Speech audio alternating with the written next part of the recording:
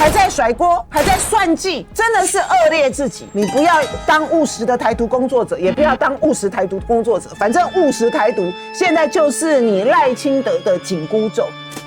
Ladies and gentlemen, welcome the host.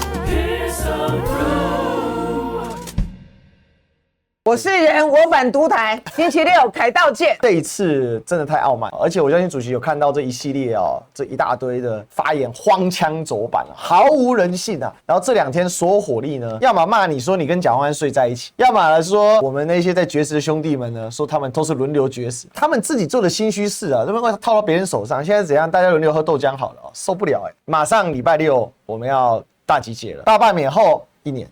哇，這個數字奇怪，這個賴嗓怎麼都喜歡搞這種，就逼着大家1年內不出來，一定要再出來挺感嘆的。其實我最近很多人問這個事情，因為大罷免主席我們當時也非常的忙碌，然後也做了很多工作了這一次發動上街頭最核心的這個原因在哪裡？當然就是因為這個毒油太過分了那麼民怨沸騰，所以呢，已經陸陸續續有很多人甚至直接跟我講說，覺得這個時候是可以上街頭。那剛好那一天。蔣萬安市長登高一呼，真的是正中下懷所以我覺得我們星期六要辦全國黨代表大會，剛好下午5點到8點，我們就在凱道見，所以我們就決定在星期六下午。那當天我就立刻請我們市議員同仁去借場地，確定凱道那個時間是可以的，我們確定時間就馬上確定了時間跟地點，所以。在這一次最主要的就是民怨沸騰，那之所以會民怨沸騰，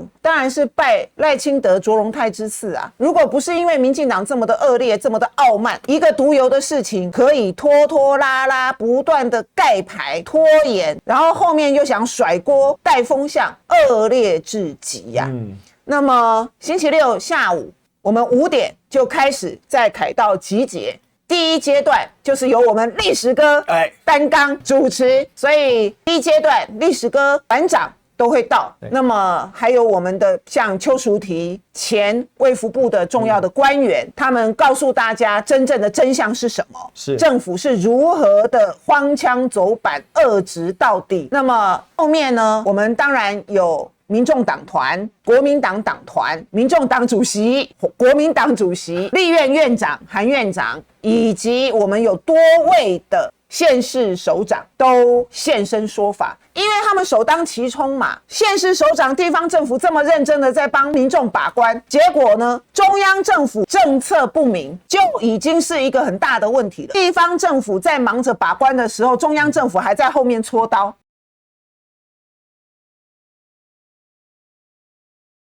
所以那一天我們可以看到在野大團結，但是我們更希望是超越黨派的，是沒有顏色的，因為每個人都會務實台獨啊，對不對？因為你無法分辨嘛，真的是務實台獨工作者了。那因為之前我就說了，何時我可以理解民進黨怕得罪日本人嘛，萊豬民進黨怕得罪美國人嘛，那你今天這個是台灣製造的致癌物那你到底是怕得罪誰，還是你在保護誰？你不是很奇怪嗎？所以我就說，那你就因為你無法幫民眾把關，讓我們每天都務實。民進黨的發言人說，他又沒有逼我們大家吃這個，那我們不吃嗎？不吃就只能像在凱道的這4位年輕人楊植斗他們，就是絕食就挨餓就對了。對，好，加油加油！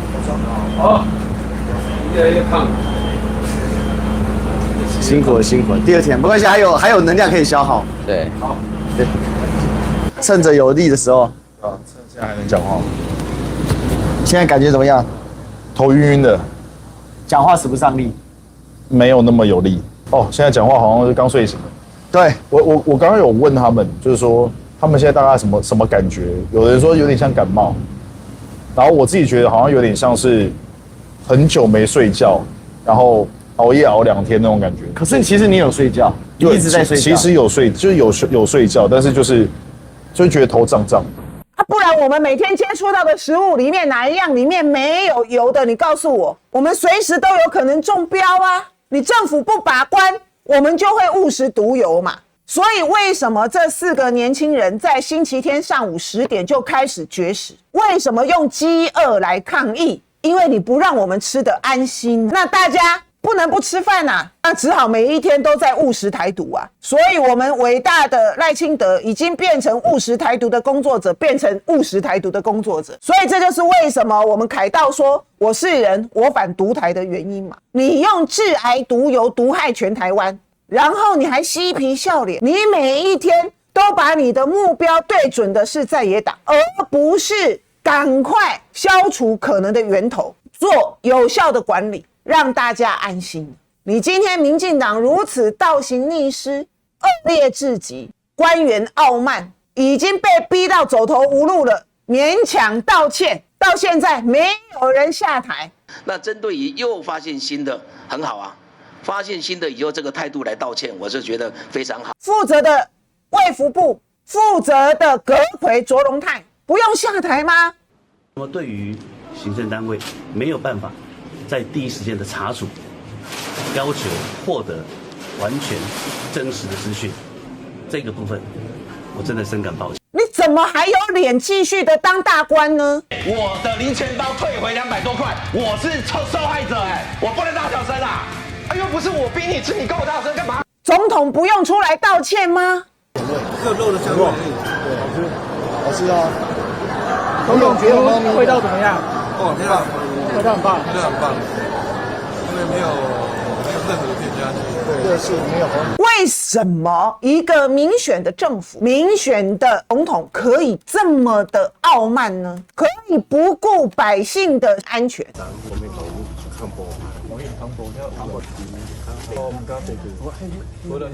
你連一個食品安全你都沒有辦法保台了，你跟我說你可以保台，那不是笑話一則嗎？你是獨台，你不是保台呀！愛徛在第一線，團結一致，共同反對中國紅色恐怖對台灣社會威脅，大家齊心守護民主自由的生活方式。絕對無要讓民主台灣行回頭路，變成中國台灣。哦，非常棒，非常棒。你一天到晚抗中保台，你也沒辦法抗中，你也沒辦法保。我現在要你抗獨保台，你有沒有辦法？你也沒辦法。是你每天讓我們務實台獨，這就是我們偉大的賴清德總統。民主社會就是這樣子，離選舉還有一段時間，所以他們就更不怕了嗎？那我們就現在人民一起上街頭，聚集凱達格蘭大道，面對總統府，發出民眾的怒吼。不然的話，民進黨啊，我就是酸掉啊，我就是要安怎？對，永遠就是這個態度，永遠就是這個態度。我們難道要用我們的身體健康繼續的來堆疊民進黨的權力嗎？這麼傲慢的統治者，這麼傲慢的當權者，我認為只有民眾，我們共同的一起到凱道前面，要求他們負責，要求他們道歉，要求他們下台。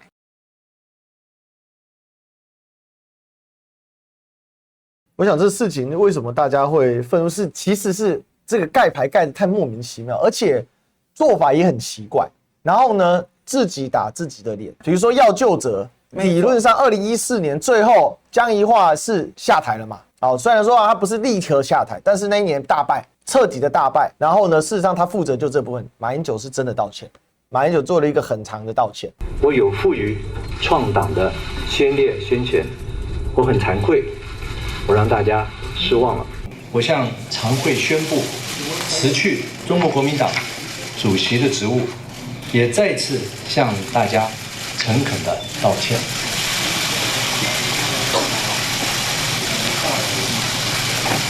所以總統道歉，院長下台，這也是當年他們要求的，而不是普通的問題耶，它是一級致癌物耶，怎麼可以這樣沒要沒緊啊？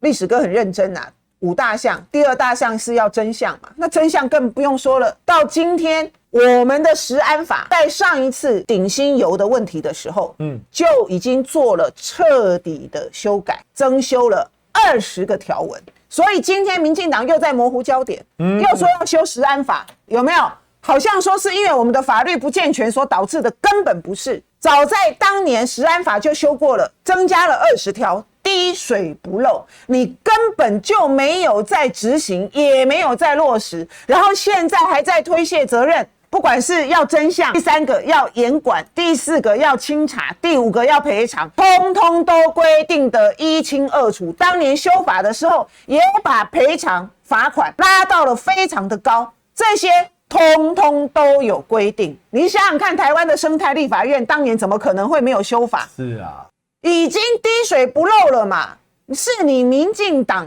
視若無睹，然後現在還在那邊講說要修法。然後呢，我們每天都還在誤食毒油嗎？檢察官就應該進駐調查了，都到了7月20幾號了，才說要進去調查，那證據早就不見了，滅證完了啦。去哪裡查？查什麼東西？從幾月份就開始有了，最早甚至於是4月初，是多久時間啊？結果你檢調現在慢吞吞的，現在才要進去。當年大罷免的時候，抄國民黨的黨部，雷厲風行啊。有像現在這樣子嗎？慢慢等，慢慢等，在等什麼？等到現在證據都查不到了，才要進去查嗎？這些早就法律通通都有規定了啦。民進黨就是裝蒜，民進黨就是裝傻，民進党就是還在想着怎麼推卸責任，惡劣至極。在一場會議裡面，除了中研油脂的總經理之外，3大股東裡面都不用收押嗎？都不用？照這個說法，照柯 P 那個說法，那完蛋了，那肯定要進去的嘛，因為你有串供逃亡之虞啊。那結果呢，廠商還可以跟總統那邊吃狗食、逛寵物展，還可以一起剪彩。所以啊，現在在台灣就是這樣，只有顏色沒有是非啊。只要顏色正確了，哦，那你什麼事情都可以沒事啊。只要顏色不正確，你再怎麼光明正大也沒有用啊，檢調就殺到你家了，甚至於要把你監禁，要把你關起來。那今天台灣的司法已經淪喪至此了，我們真正的治安問題、食安問題，到底誰來幫我們把關呢？所以今天真正問題的真相就在於民進黨拿到權力之後，可以破壞所有民主的監督制衡的機制，司法淪為他們的鷹犬。你說要真相，立法院應該有調查權啊，對，國會不是應該有調查權嗎？可是我們國會改革要求要調查權，結果呢？閹割了，民進黨不給啊，藐視國會的官員，沒有事啊。所以國會真正能夠制衡監督政府的工具太少了，台灣一直以來都是這個問題啊。那民進黨換了位置換了腦袋，在野的時候不是一天到晚都要求國會改革嗎？是，都在喊啊。現在呢，變成是一個阻擋改革最重要的、最大的反動的力量。好，你看哦，5號不5號啦，你看，結果呢，現在事情發生了以後，國會果然沒有辦法調閱，它不是只有油的事情、食安的事情蓋牌，它是所有的事情都在蓋牌。我們國會議員不是一般的民眾正式的跟他們索取資料都可以蓋牌，然後塗黑，要不然就不讓你知道，完全徹底黑箱的政府，違背民主政治透明的原則。你沒有透明，大家怎麼去監督你？他就在逃避監督嘛。為什麼？因為做賊心虛嘛。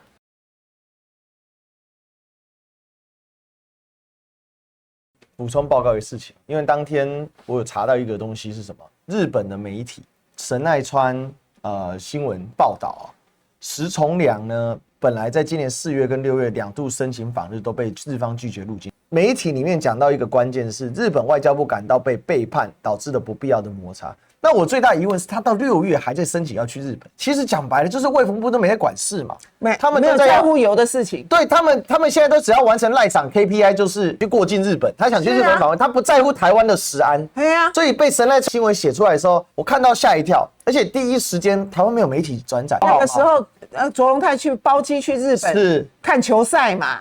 所以日本覺得非常嚴重的被民進黨政府耍了嘛，所以完全失信。因此日本政府完全不相信民進党政府，因為你惡搞，所以才会導致後面全部連石崇良這種層級的官員通通都被拒絕啊。對，你國際政治信用最重要，是人家能不能相信你最重要。所以為什麼我到北京到華府，我都說我們在建立互信，是因為互信非常的重要，沒有互信什麼事情通通都做不了。然後你今天民進黨是公然的破壞了、出賣了人家給你的信任，是我就說你不可以這樣消費日本政府的。這也是為什麼我今天到美國去，我到華府去，我答應好的事情，我絕對滴水不漏。今天不管民進黨、自由時報如何的造謠，我雖然有澄清，但我從來不會公布任何我答應華府官方的事情。我們的駐外單位，我們的僑委會，在面對外國人的時候，都在全面的封殺、詆毀自己的在野黨領袖。所以多少外國人來台灣，後來在美國見到我的時候，就說主席，我們見了你之後再去見民進黨，民進黨從頭到尾都在罵你，都在罵我啦。哎呀，就有一個智庫跟我講說，我們見完你之后，然後見那個民進黨，他說我有數過，因為從頭到尾講你的名字講了15次啦。可是我在跟外國人接觸的時候，我都在講兩岸要和平，我都在講我們要希望怎麼樣，我從來不會無缘無故的去罵民進党。結果呢，民進党全部都全力在骂我了。你今天發生了这個油的事情，如果你雷厲風行，第一時間快速明快的處理，你會得分呢。你幫我們民眾有效的把關，一個有效率、有擔當的政府，一個把人民食安放在第一位的政府，很可能你過去做的這些壞事情，可就煙消雲散了。台灣百姓是很善良的，很大度的，永遠都願意給政治人物機會的。結果你沒有，你繼續的踐踏台灣的民意，所以我們大家才要上街頭啊，不是嗎？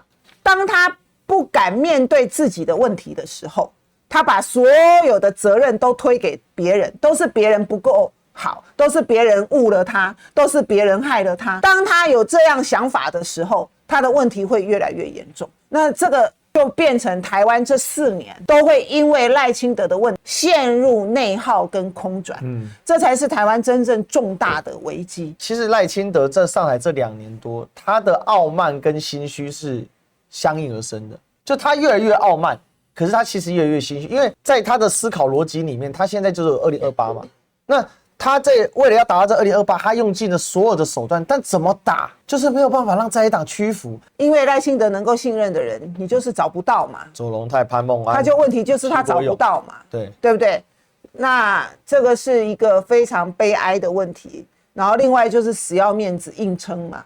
因為賴清德就是死不認錯啊！台灣民主政治已經徹底的在賴清德的手中失靈了，這個是一個很嚴重的問題啦。這個是為什麼他們只剩下造謠，他們只剩下挑撥離間？因為不造謠，如果真的大家都去面對現實，看事實嘛，讓事實去說話嘛，那民進黨不就是土崩瓦解了，根本撐不下去？他要靠這個謠言繼續的去催眠他的支持者，那他的支持者呢，自己呢就躲在他們的這個綠色媒體的訊息裡面，他只要不去看真實，像鴕鳥一樣埋在沙裡頭，然後每天就看這些三明治啊、綠媒給他們的假訊息，不然他們要怎麼活下去？他怎麼面對民進黨這麼惡劣的惡跡斑斑呢？那你只剩下這個而已啦，他不造謠，他怎麼辦呢？那這種東西你就變成是我們一定要強硬的反擊。對，當然啦，民進黨他們是鋪天蓋地，因為他有錢嘛，他鋪天蓋地的造謠啦。但是我覺得現在越來越多的民眾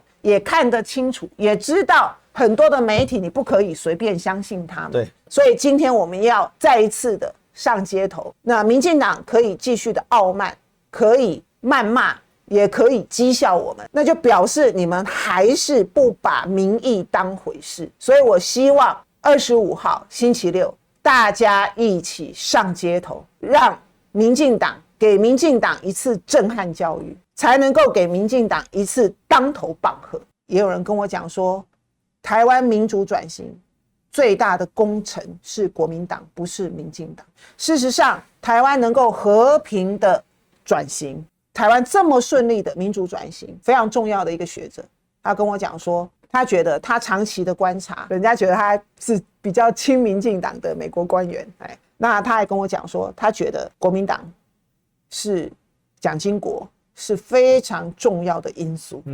對，所以我認為，如果不是因為國民黨全黨上上下下，我們所有的這些公務員是相信民主，是支持民主這個價值的，對，是支持台灣民主轉型的，所以台灣的民主轉型才會這麼的順利跟成功。當年的在野力量黨外當然也扮演了很重要的角色，我們也沒有要抹煞，但是事實上整個國民黨的這種對於民主是深入我們的 DNA 的這樣子的一個相信民主的信仰跟價值，其實是非常非常重要的。也有很重要的美國的前官員講說，希望國民黨要強大嘛，為了台灣的民主，為了兩岸的和平，語重心長的抓着我的手說，鄭主席，我從來不介入，我也沒有對你們台灣內部政黨有任何的偏好，但是為了台灣的民主、兩岸的和平，你們國民党不能夠再繼續弱下去，一定要強大。